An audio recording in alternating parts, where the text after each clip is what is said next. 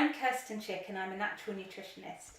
Hi, I'm Hayley North and I'm a yoga and movement teacher.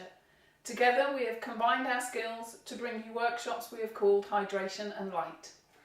And the reason we call those Hydration and Light is we're both really passionate about getting people to be more connected, more fluid.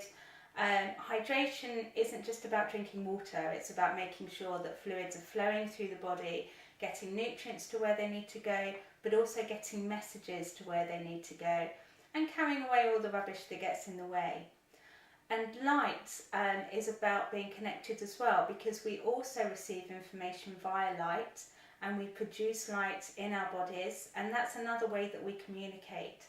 And one of the tools that we're particularly interested in working with is the seasons, the changing rhythms and cycles of the planet on which we live. Yeah, so we run our workshops and our retreats seasonally.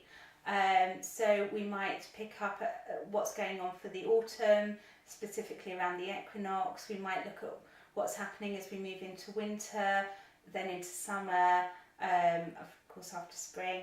And we look at that in terms of how we respond to our environment. So the seasons are changing, the weather, the climate and so on around us, but our physical bodies are also changing. So we'd like to really have a look at what's going on there and how we can match those changes and make our responses more meaningful. So it frees us up, so we're more in tune with our seasons and things are much easier for us.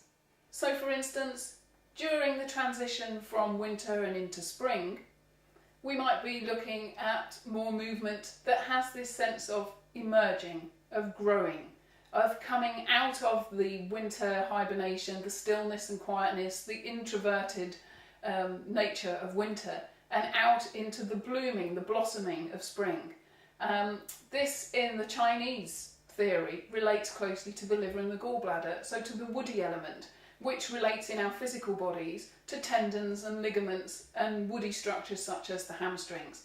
So we'd be looking to stretch and open and to really get things flowing back in the body. It's about movement and flow and about growing. So moving through into summer, for instance, the element of fire, and working very much with the heart and the small intestine, we'd be looking at more really getting into the body, enjoying movement, big expansive movements, flow sequences, but also balancing that with some quiet time, some meditative practices such as some sequencing to balance the heart and to really come back into the heart.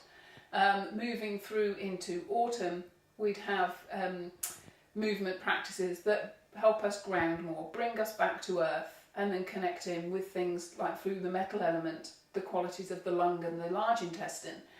We'd be looking at lots of breath work, lots of cleansing practices. Yeah, we can do that with our nutrition as well, and that's something that we find when we're running workshops together. We're often using the same language to describe the yoga, to describe the nutrition, because it's all the same. So with our nutrition as well, we're seeking to work with that so that we can support our transitions through the seasons in the same way.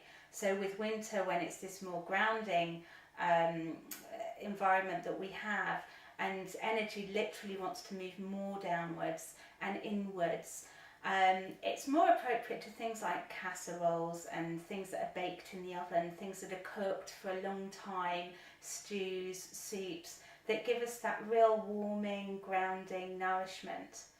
And then as we move through into spring, we can look at how to really help to clear and wake up and energise the body. When we were talking about this earlier, there were 4 words, weren't there, Hayley, that you came up with that really described your practice?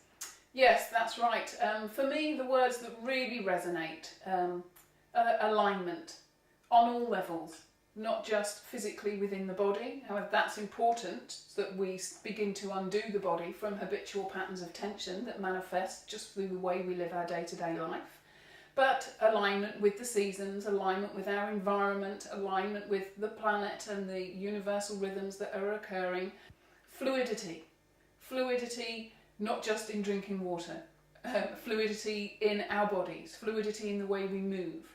Being fluid in terms of being able to adapt to different situations, of being responsive to life and to the demands it brings for us. nourishment on all levels. So not just nourishment from food, but nourishment from the way you move, from the way you inhabit your body, from the relationships that you have, and balance. That everything has to be in balance, everything in moderation. I think we're really not looking to go down any one road. Anything, even something that's deemed to be healthy for us or good for us, in isolation is obsessive, and that's no longer in balance. So we're looking to bring balance on all levels to our life. We need to be able to create space in our bodies as well. So we can work with movement, we can work with taking the stress out of our diet. I also work with naturopathic techniques to really create space, freedom of movement in the body, so that we can become connected and nourished and aligned in the way that Hayley describes. So if you'd like to come and find out more about our workshops and our retreats, we do have a website address. We do. You can find out more at www.hydrationandlight.co.uk.